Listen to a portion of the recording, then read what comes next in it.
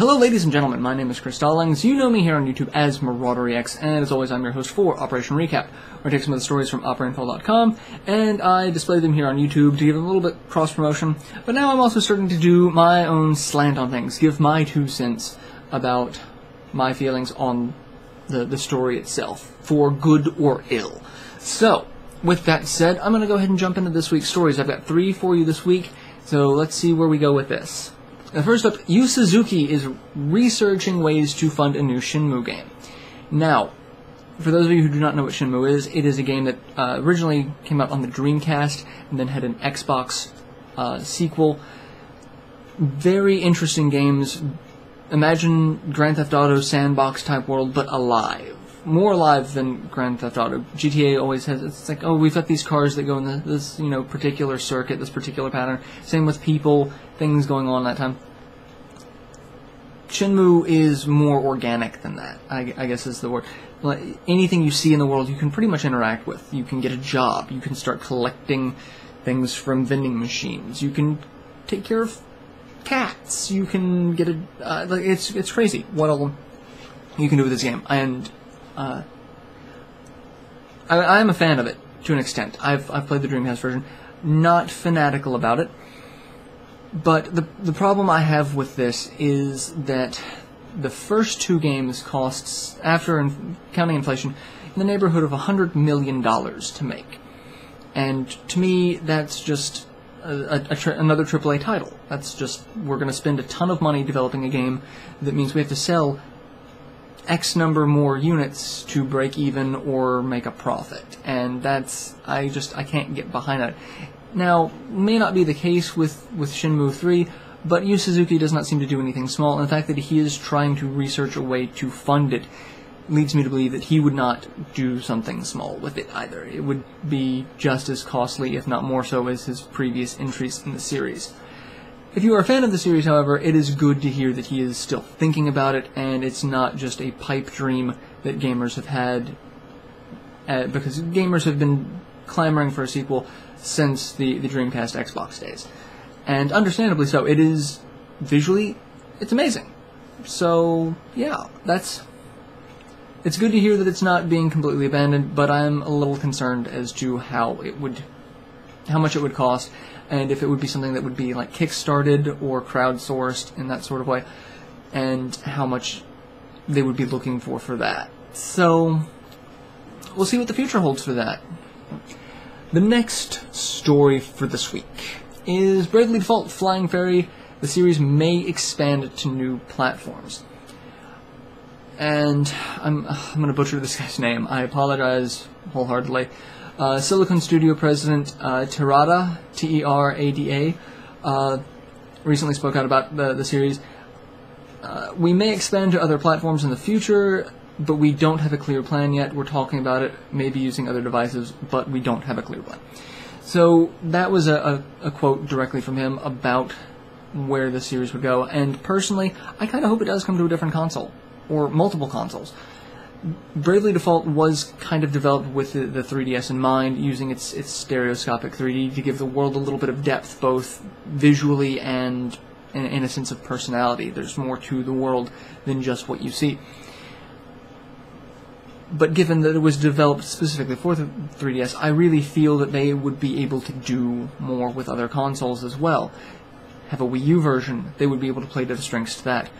PS4, Xbox One, etc., etc. They would be able to play to these console strengths just as well. I don't feel that they would be limited to, oh, it's just a console version, we're just going to make... No, I think they could do something really well with that. And partly because I don't do a lot of mobile gaming anymore. I don't do as much traveling as I used to, which is when I did a lot of my mobile gaming. So if I'm traveling, it's typically for a specific purpose, seeing friends, family. The amount of time I have to actually sit down and play on a handheld is considerably limited. And if I'm at home, I don't see a reason to use a handheld when I have a large TV or computer monitor, what have you, that's larger than the small screen available on my handheld device. So why would I play the handheld when I could be playing on something larger, something a little bit more visually appealing? And that's why I'm kind of hoping that games of this caliber will start coming out on more consoles. because Bravely Default is amazing. It is a fantastic looking game. Just everything about it is just something new and refreshing to a genre that people just kind of give up on for JRPGs, which I'm very disappointed by.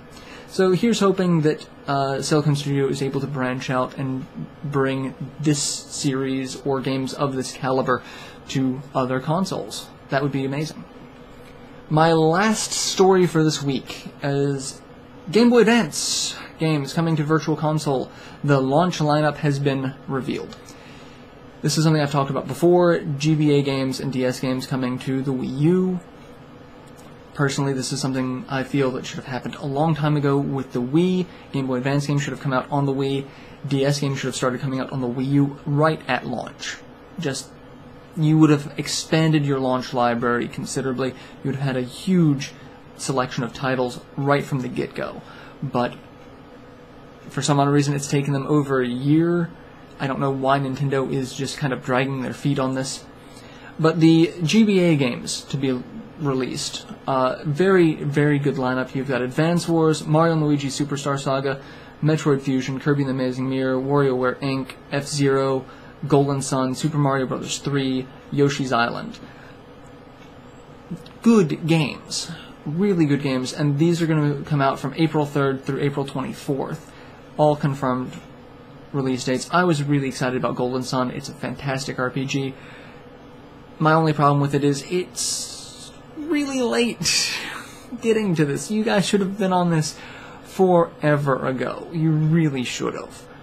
Mostly because I can sit here and say, you've got the Homebrew channel on the Wii. People who hacked the Wii, they've been able to play SNES and Game Boy Advance and all of these other older titles forever. Why is it taking Nintendo so long to take their own games and put them on this? Now, again, part of it may be licensing issues. They don't own Golden Sun. They just released Golden Sun on one of their their consoles. But if it was on your console, which means most of these are exclusive to Nintendo, spend the money to make sure that it gets put on your Virtual Console.